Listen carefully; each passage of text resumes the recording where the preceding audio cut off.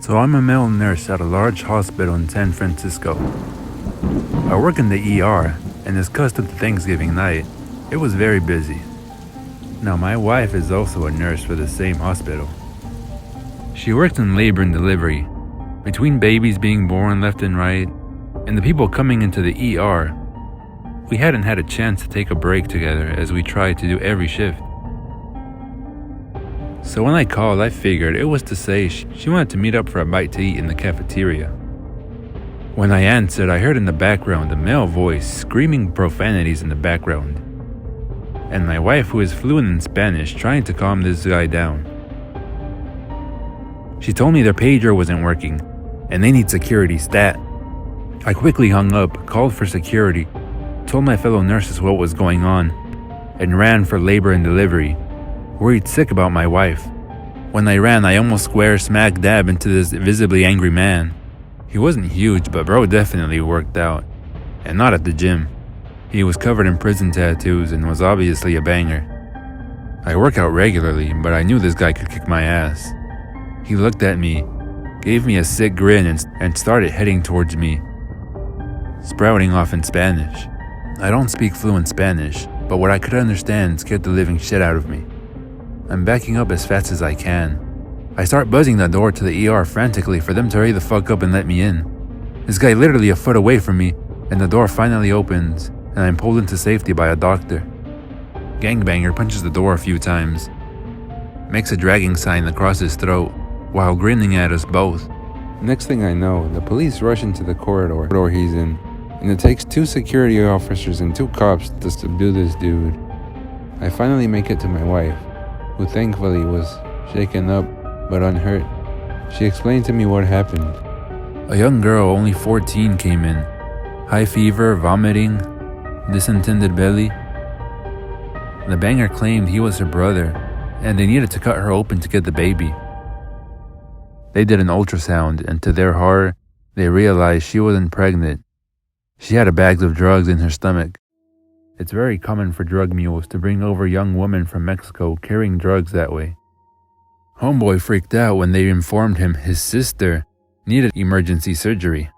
And no, he wasn't getting his drugs. Thankfully, the girl survived. But the sad thing is, she will most likely be deported when she recovers. So gangbanger who wants to kill me, let's never meet again.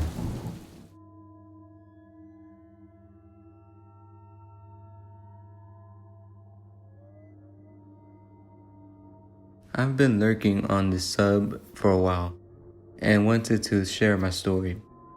It was Thanksgiving 2011 and I was celebrating at my grandparents' farm in the little town of Seville, Florida. It's north of DeLand. I had way too much to eat that holiday and was about to leave to drive back to school in Tallahassee. I stopped at the one little gas station in town to fill up before getting on the highway. I had just finished filling it up when a lady walked up to me. She was really ratty looking with crazy blonde dyed hair, but this is in the backwoods of Florida, so no judgment. There were really kind people who looked like that in those parts. She started talking to me about how her car had run out of gas. She pointed on a old junker parked over near the convenience store, and if I could possibly give her some cash to get home. I usually don't say yes to things like that, but it was Thanksgiving weekend, so I was feeling it. I told her that I'd be happy to fill up her car a little to get her home. Then it started getting weird. She kept insisting I give her cash and that the car was so empty, she couldn't drive it to a pump. I don't know why I didn't leave right there and then, but again, I was in a good mood. I told her if she had a gas can, I would put some in, but I didn't feel comfortable giving her cash. She kept objecting, but eventually went over and pulled a gas can from her car. I started filling it up. She put her hand on me and said, "Do you have a girlfriend?" I told her no, politely.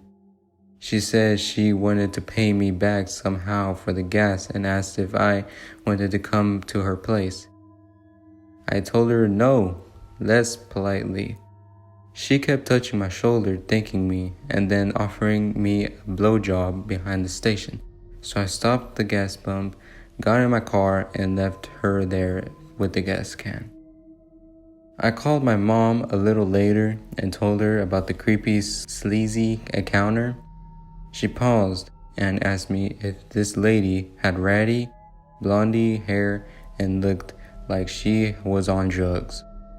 I confirmed that yes, that was what she looked like, and how could she know that? This lady was apparently all over the news. She was a prostitute in town and had been at a party earlier. An exchange had gone south and her baby had been kidnapped by a client of hers and left under a bush in town. She hadn't even bothered to call the police about the missing child until later. They were both arrested and charged. And I can provide the news stories if anyone needs proof. Prostitute sold kids me for money while her child was being kidnapped by a client.